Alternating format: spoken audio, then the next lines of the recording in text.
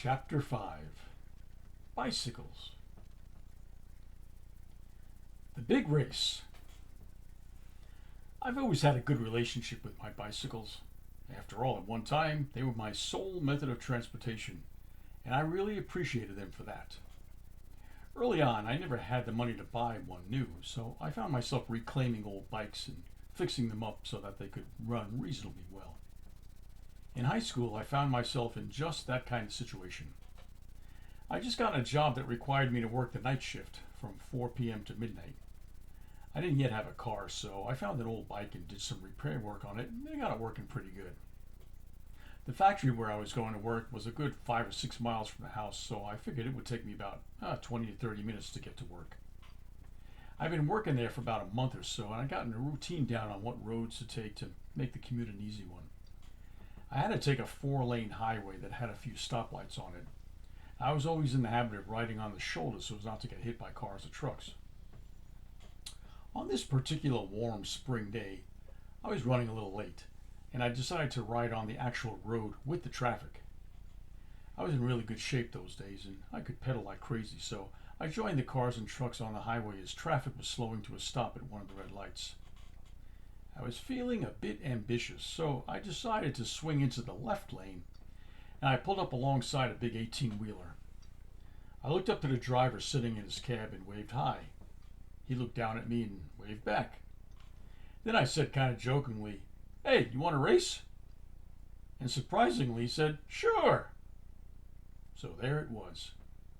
We both waited for the light to turn green, and I took off. I knew that if I got a quick enough start, I might be able to have a fighting chance before he could shift through all of his gears, and sure enough, I opened up a pretty good lead. I could see the turnoff on the right that I had to take, and I veered in front of him to make the turn. I was surprised to see him turning down the same street right behind me. He was starting to gain on me, and I went into overdrive. We both entered this big S-curve, and he was literally just a few feet behind me. I didn't want him to hit me, so I bore down to put some distance between me and him. The driveway to the factory entrance was just at the top of the S-curve, and as I reached it, I waved to the driver and shouted, "Hey, thanks!" And I entered the driveway going full speed. Little did I know that someone, somewhere, decided that it would be a good day to lay down some new gravel in the driveway. I was not expecting that, nor did I realize what it would do. I hit that gravel going full tilt on a turn, and before I knew it, the bike just skidded sideways and flew out right from under me. I launched up over the handlebars into the air, doing a complete flip, and landed on my back, where I proceeded to skid about 15 feet on the ground, finally coming to a stop. I was stunned, to say the least. I tried to get up, but I was afraid to move. Everything had happened so fast, I didn't know what to think. All of a sudden, I hear the screech of truck tires and air brakes, and a few seconds later, that same truck driver that I was racing comes running over to me. He gets to me all out of breath and yells out, "Hey, buddy, you okay?" And I answered him in a half daze, "I think so." He then shouts out, "Man, that was the most spectacular thing I've ever seen. You look like you were flying through the air." I smiled weakly, glad to know that if there had to be a witness to a crash, at least this was a memorable one. After assessing the situation and realizing I hadn't broken any bones, he helped me to my feet, and it was then I realized how bad it was. The skid on the gravel had literally ripped the clothes off of my body. I'd been wearing shorts and a t-shirt, and they were ripped to shreds, bloodied and hanging off my body by the sheerest of threads. The truck driver helped me to the factory entrance, where I met my supervisor, who couldn't believe what he was seeing. Since I couldn't turn around to see my back, he told me it was really cut up pretty bad with the gravel embedded in my skin. He decided to take me to the emergency room of the local hospital. I thanked the truck driver for his help, and then me and my supervisor went to the hospital. There, they took one look at me and decided they needed to clean me up first. The nurse got some kind of scrub brush and soap and scrubbed my now raw back. Pain shot through me, but that was only the beginning. Apparently, they had not been able to get out all of the gravel, so now they had to go back in with tweezers that looked big enough to be pliers and they had to pull out the remaining gravel. Not fun at all. They eventually cleaned up all the wounds and dressed them, and then wrapped me up all in gauze like a mummy. I could hardly move. My supervisor decided it would be best if he drove me home. I climbed up the front steps and opened the door. My mother was standing there. She took one look at me and screamed, "What the hell happened?" I told her about the accident, and rather than be sympathetic, she started yelling at me, telling me how stupid and careless I was for going so fast, and on about me having no way to get to work now, and worse yet, missing work. Meanwhile, I was in pain. I didn't want to hear any of this, and I just went into my room and shut the door, wondering how I was even going to lay down to rest or to sleep. But even more than that, how was I going to be able to replace what had become my favorite bike? Luckily, it didn't take too long. Crossing the street. I found another used bike soon after, and I continued my daily commute to the factory. I had recently started seeing this girl I met at the beach, and who lived a good 15 miles from the house. In order to see her, I had to make the trek on my bike. It was the middle of summer. It was about an hour-long ride in the hot afternoon sun. I had to go down a wide 4-lane avenue with a few stoplights on it. I had a penchant for going fast, and usually I just put my head down and pedaled as hard as I could. Occasionally I lift up my head to see where I was going, but just enough not to crash into anything. On this one particular straight section of road, I could see a few blocks ahead of me that a man was waiting for the light to turn so he could cross the street. I had a green light, so I just kept on barreling right through. As I got closer, I saw him step off the curb, and then catching sight of me speeding towards him, he stepped back on. Well, I just put my head down and continued pedaling hard, since the light turned yellow and I wanted to beat the light turning red. Just at that instant, this guy stepped off the curb and decided then he'd start crossing the street. I looked up just in time to see him directly in front of me. I had no time to hit the brakes, and I hit him with the full force of my bike going as fast as I could pedal it. The front tire went right up between his legs, knocking him flat on his back, and the bike continued, so I ran over his chest with both tires. The bike kind of stopped short, and I flipped over the handlebars, where I once again landed on my back and skidded to a halt right in the middle of 4 lanes of traffic. Thankfully, this time, my clothes remained attached to my body. Cars screeched to a halt, and a number of people ran out to help this guy up to his feet. Oddly enough, no one came over to me and asked me if I needed any help. All the attention was on him, and he was helped to his feet and was walked over to a corner drugstore to get looked at. Meanwhile, I groggily get up to my feet, and I look at my now bent-up bike lying in the middle of the road. I went over to collect it, and no sooner did I get it out of the road than the guy that I hit comes out of the drugstore and starts yelling at me. "Did you see me crossing the street? Are you blind?" I was a bit surprised he was actually blaming me for the accident, since I didn't feel like I did anything wrong.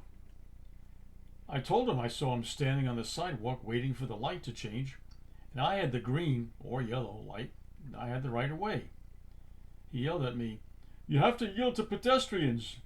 Well, I don't know if that was true or not, but he demanded that I give him my address and phone number, which I reluctantly did, not knowing what he wanted it for. However, I was soon to find out. I eventually got home. I think I walked the rest of the way to this girl's house, and then her mother drove me back home. That was a bit embarrassing. I had to tell my parents what happened, and of course they yelled at me for being so stupid to actually hit someone on my bike. If I was ever looking for sympathy from them, I'd be looking in the wrong place. However, I put that all out of my head, having the more important task of finding another used bike. About 2 weeks later, I get a letter in the mail telling me I'd have to pay for the hospital bill for this guy's injuries, which included 2 cracked ribs and assorted bruises. I didn't have the money just then, and I told my father about it, who just hit the roof and started yelling at me. I told him not to worry, I'd be taking care of it out of my next paycheck, which of course would have an effect on the family finances. The bill was for $120, which to me was a lot of money, but I did honor it. I couldn't afford to have any more of these kinds of accidents, so I thought that maybe I should start thinking about not riding so fast on my bike or watching where I was going. Nope, Instead, I broke up with that girl. Too much trouble. Rush hour. After I had graduated from college, I moved back to New York City and started my own carpentry business. I needed a convenient mode of transportation, and of course, I decided a bicycle would be the best option. I picked up a good second-hand bike and started going around the city drumming up business. I lived on the Upper West Side, so many of my clients lived around Lincoln Center. I'd made an appointment at 5:30 with a potential customer to give him an estimate on a job, and I got on my bike to meet with him. I turned onto Columbus Avenue and started pedaling towards Lincoln Center. I was running a little late, so I started pedaling with a purpose. Traffic was really heavy, and the taxis were driving like crazy maniacs, as usual. I was in the far right lane, hugging the line of parked cars, when this one taxi came up right beside me and tried to run me into the lane of parked cars. Well, I took this as a real act of aggression that could not go unpunished. So I took my left foot off the pedal and kicked his side door really hard.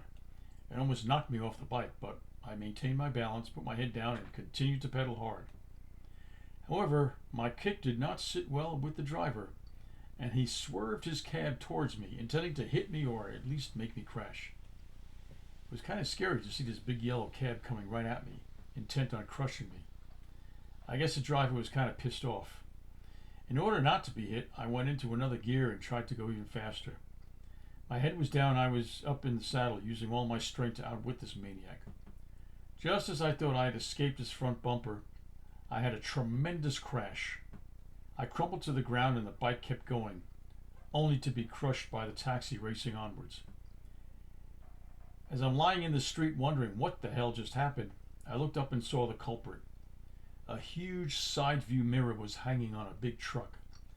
I hit it with such force I broke the mirror and left blood all over it. Instinctively, I put my hand to my head and realized I was bleeding pretty badly. I stumbled over to the sidewalk and tried to get someone to help me, but to no avail. Everyone ignored me or looked at me with sideways glances. I must have looked a real mess. The thought ran through my head that the myth of New Yorkers not wanting to get involved with anything that looked like trouble might actually be true. Luckily, I remembered that Roosevelt Hospital was at Columbus Circle and 59th Street, which was only 3 blocks from where I was, so, still in a daze, I slowly made my way to the hospital emergency room. Upon entering, I was told to take a number. Here I am, bleeding and banged up, and I'm being told to take a number? I was losing patience with this whole ordeal and started complaining, but the admitting nurse just told me, take a seat and be quiet. I then proceeded to wait nearly 2 hours before someone would see me. By that time, the wound had started to scab over and the cobwebs were clearing from my head. I thought I'd be okay. However, that was not to be. The doctor took one look at me, asked me what happened, and started shaving my head. He then opened the wound to clean it and told me I'd need about 10 stitches to close it. That was not fun at all, since he didn't use any topical Novocaine or any other painkiller. Oh well, at least it was taken care of. I suddenly remembered my meeting and realized I had to call my potential client and tell him that I wouldn't be able to meet with him. Thankfully, he was gracious and understanding. I was able to see him another day. However, I'd have to either walk or take the subway to that meeting. Getting another bike would have to wait. City bus. So now I was in need of another bike. True, I could always take the subway or a bus, but the bicycle was the quickest and cheapest way to get around the city.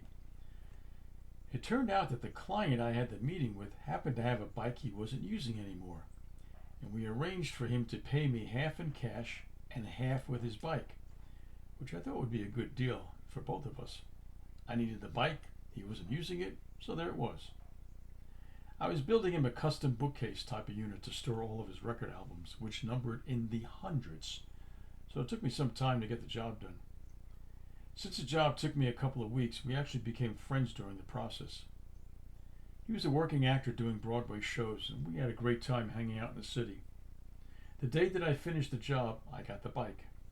I made plans to visit a friend of mine who lived over on the east side.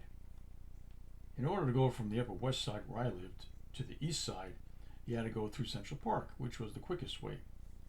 Since I lived 1 block from the park, I knew how to navigate the park fairly well.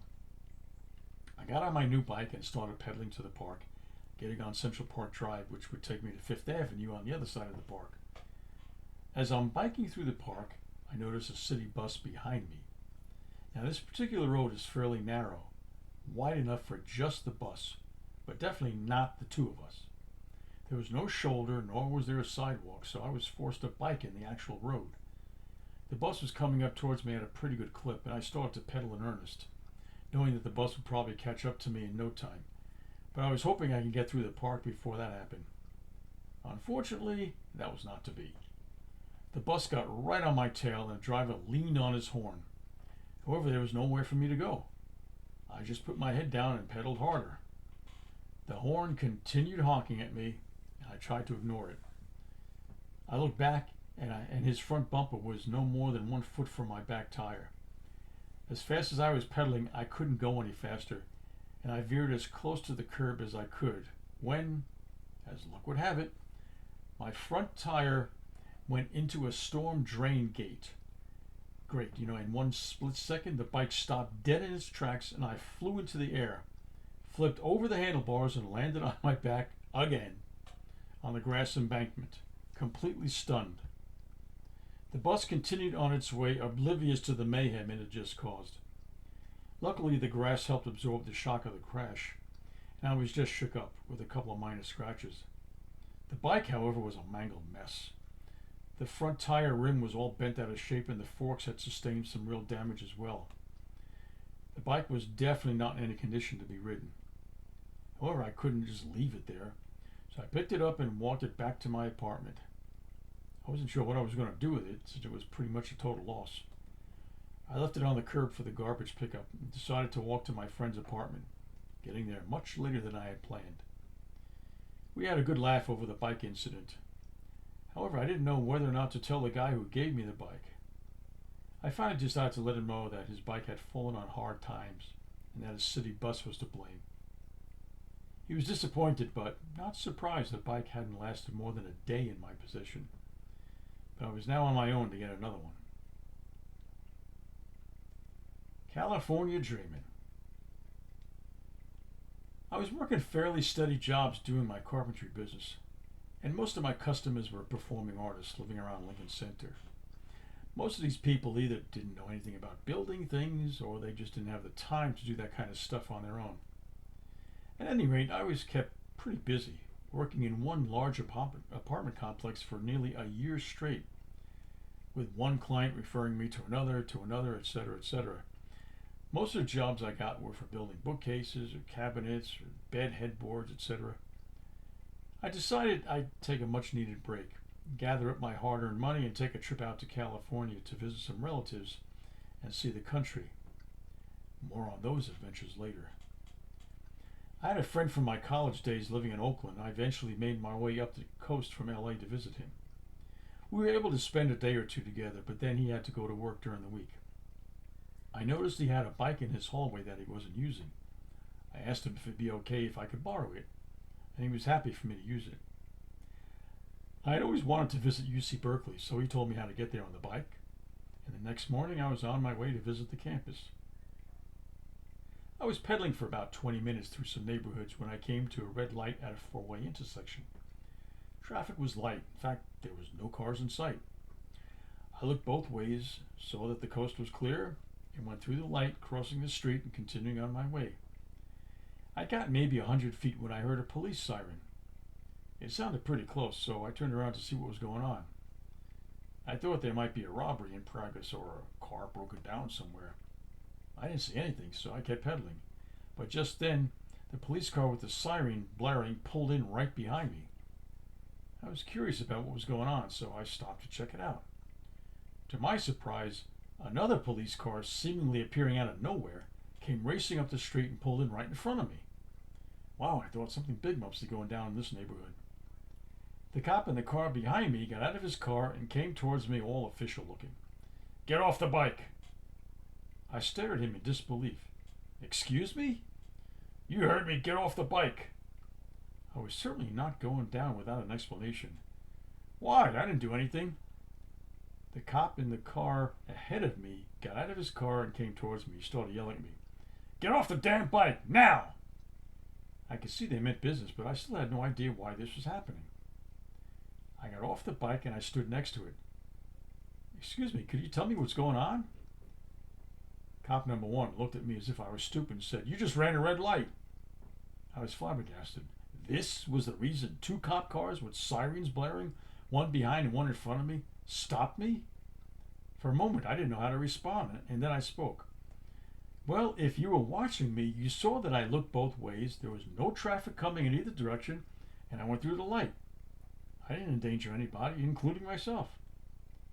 Well, that didn't sit well with them. Cop number two piped up. "Running a red light is serious traffic offense." "For a car?" I shot back. He continued. "This is a state of California law. Bicycles are subject to it." Now, I was really getting ticked off. I probably shouldn't have said what I said next, but it was out of my mouth before I could think.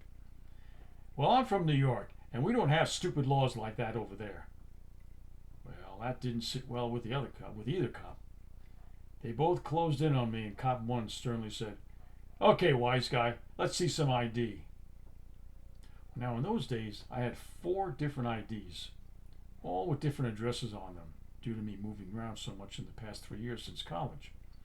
So I took out my wallet to pick one of them out, and when the cop saw something I'd forgotten about, yellow stubs from 2 tickets I'd gotten hitchhiking on the LA freeway a couple of days ago, he grabbed the stubs, pulled them out of my wallet, and he gives to me. "Oh, so you're a troublemaker, getting tickets for hitchhiking, I see." The other cop was looking at the bike and with an accusing tone said, "Is this your bike?" No, it belongs to a friend of mine that I'm visiting. He let me use it today." "Can you prove that?" I looked at both cops and realized I probably couldn't prove it. Well, I could give you his name and address, but he's at work right now. I don't have his phone number." Cop number one grabbed the bike and started looking it over and said to cop number two, "It doesn't have an ID tag on it. It's probably stolen." "It's not stolen. I told you, he let me borrow it for the day. Just let me go to my way, and I swear I won't go through any more red lights." Cop number two fixed his gaze on me and said, "Where are you going?" I said, "I'm on my way to visit the Berkeley campus." As soon as I said that, I realized that was not the best response, as Berkeley at that time was a known hotbed of student protest and civil disobedience.